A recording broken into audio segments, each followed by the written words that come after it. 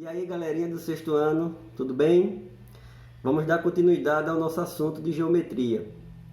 Aula passada, falamos de três elementos importantes, que foi o ponto, a reta e o plano.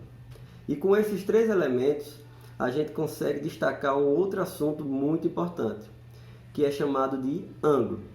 Então, vamos dar continuidade hoje e vamos ver o que é que a gente vai estudar nessa aula de hoje. Neste capítulo, nós iremos estudar medidas de ângulo, construção de ângulo, classificação de ângulo. E para finalizar, vamos falar sobre graus. Ok? Vamos dar início. O que são ângulos?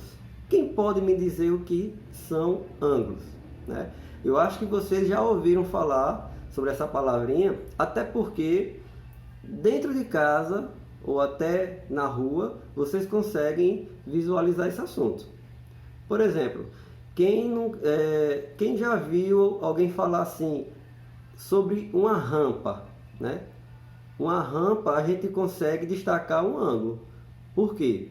Porque é este formato de rampa que a gente tem como destacar o assunto da geometria. Vamos ver aqui este exemplo que a gente tem no nosso dia a dia também, que é o relógio. Nós temos dois ponteiros importantes, que é o ponteiro da hora e o ponteiro do minuto.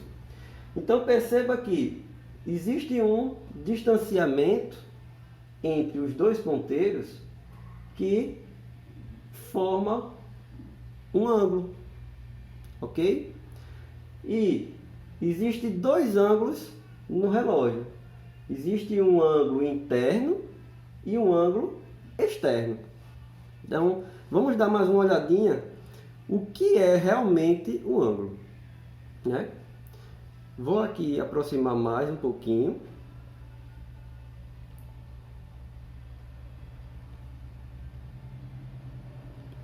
Nós temos aqui, ó, um plano que a gente viu na aula passada.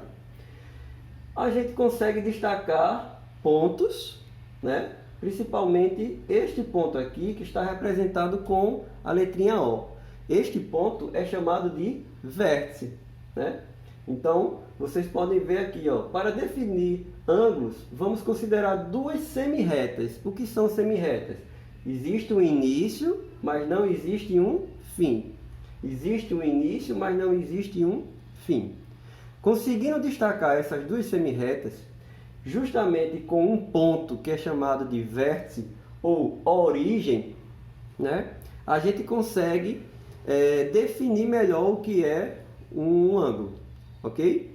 Ou seja, o que é o ângulo? O ângulo é essa distância entre as duas semirretas, que, como está num plano, nós conseguimos destacar esse ângulo chamado de ângulo alfa, ok? Vamos dar continuidade aqui no assunto. Veja só, o que eu acabei de falar. Nós temos aquele ponto chamado de vértice, que é o vértice O, ou a origem, e os lados OA, que é do vértice O para o A, e o OB, que é do vértice O para o B, ok?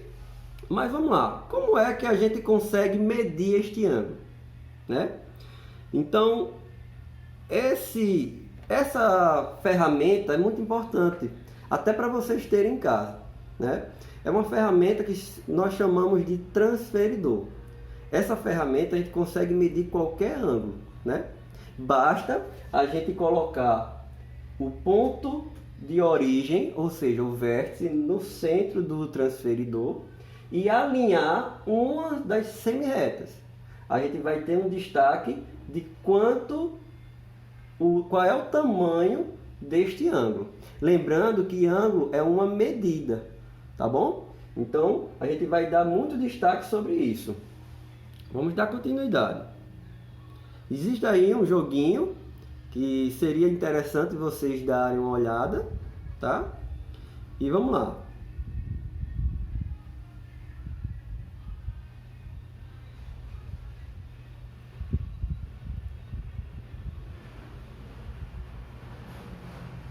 Vamos para o assunto de classificação de ângulos.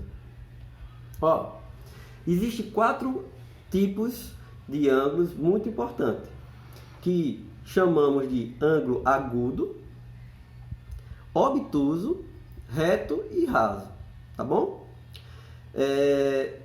Um dos mais importantes que são trabalhados em construções é o reto. Por quê? Para manter uma parede em pé, nós precisamos que este ângulo esteja reto. E ele é destacado com um quadrado, né? Por quê? Justamente porque ele é um ângulo reto. E qual é a figura geométrica que a gente trabalha com segmentos de retas que estejam alinhadas? O quadrado. Então, esse ângulo reto, ó, nós temos essa forma bem retinha, ou seja, em pé. E esse ângulo é medido de 90 graus.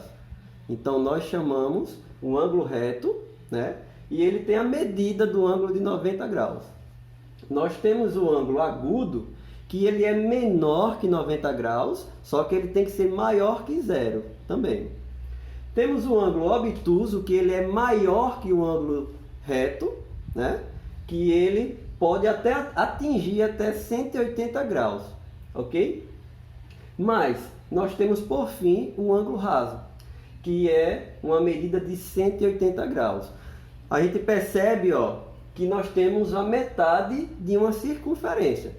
Ou seja, a gente sabe que uma circunferência tem 360 graus.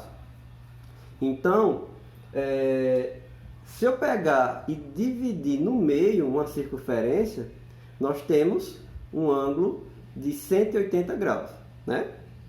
Então,